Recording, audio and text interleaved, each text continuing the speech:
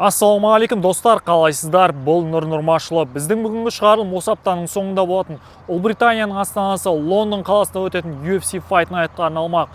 UFC Fight Night'тағы басты main event бұл ерлер арасында 170 фунт салмақта өтетін кездесу. Бұрынғы чемпион ағылшын жауынгері Леон Эдвардс пен оның қарсыласы нөмірі 5-ші орында рейтингте тұрған американдық Шон Брэди арасында өтетін керемет кездесу. UFC Лондондағы co-main event бұл ерлер арасында 205 фунт салмаққа дейінгі өтетін тартысты кездесу болмақ. Тағы бір бұрынғы чемпион поляк жауынгері Ян Блахович пен оның қарсыласы Жаңа Зеландиялық Карлос Улбек арасында өтетін керемет кездесу болмақ достар. Достар, бұл шығарылым барысында біз бас аяғы 5 кездесуге тоқталатын боламыз. Әрине, біздің ең алғашқы тоқталатын кездесу бұл ерлер арасында аса ауыр салмақта өтетін 265 фунт салмаққа дейінгі кездесу.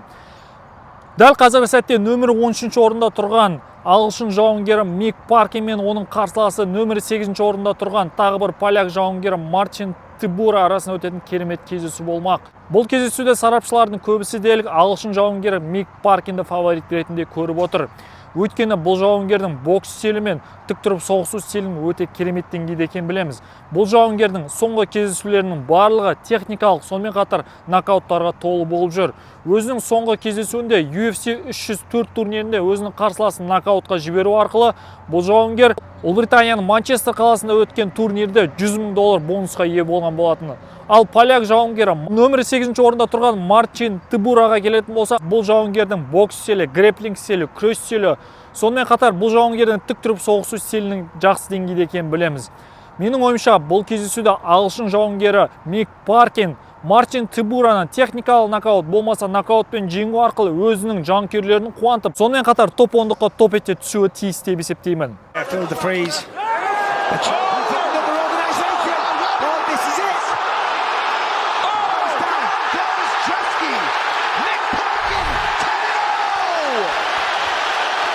Одан кейінгі біздің тоқталатын кездесу бұл ерлер арасында 145 фунт салмаққа дейінгі, яғни 66 кг салмаққа дейінгі өтетін керемет кездесу болмақ.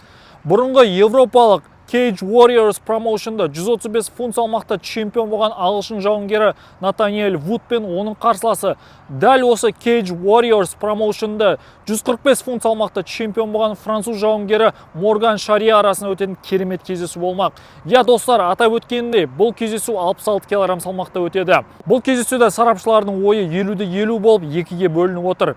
Біз білетінде Натаниэль Вудтың тік тұрып соғысы мен бокс стилінің өте керемет деңгейде екенін білеміз.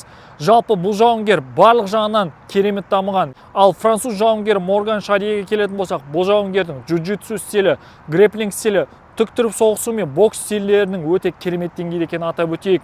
Менің ойымша, бұл кездесуде Морган Шария Натаниэль Вудты сабмишнмен болмаса нокаутпен жеңу арқылы ағылшын жауынгерлерінің көңілін түсіруі тиіс деп есептеймін. Және де осы арқылы бұл жауынгер алдағы уақытта топ 15-ке кіретін қарсыласқа лайық болуы тиіс деп есептеймін достар.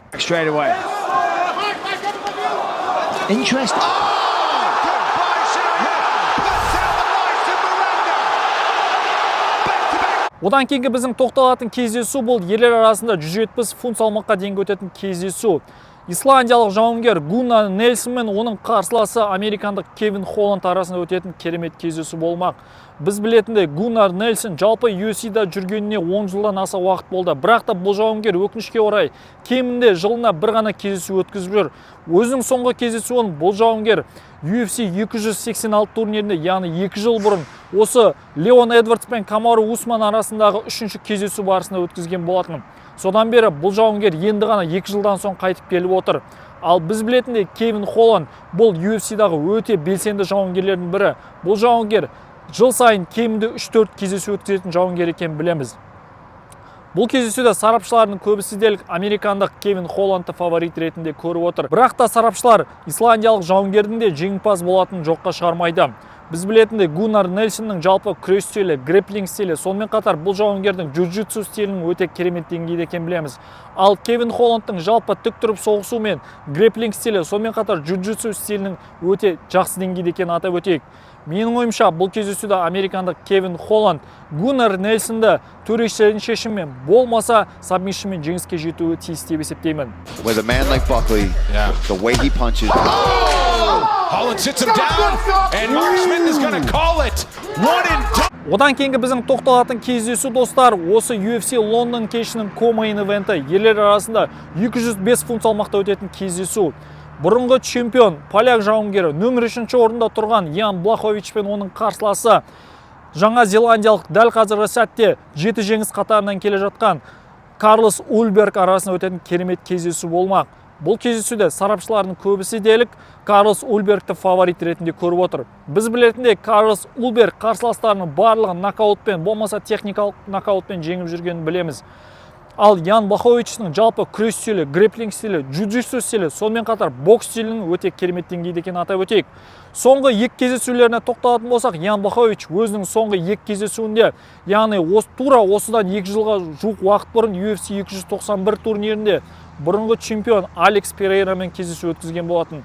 Сол кездесуде екі төреші жеңісті Алекс Перейраға берсе, бір төреші Ян Блаховичті жеңімпаз ретінде таныған болатын.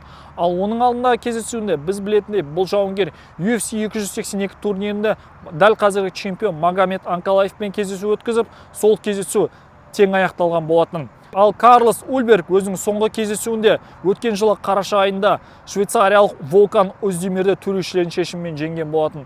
Ал оның алдында кездесуінде UFC Сент-Луиста өткен Fight Night'та бұл жауынгер сол кездегі топ 15-ке кірген американдық Алонсо Менифилдті небәрі 15 секундтың ішіне нокаутпен жеңгенін білеміз достар.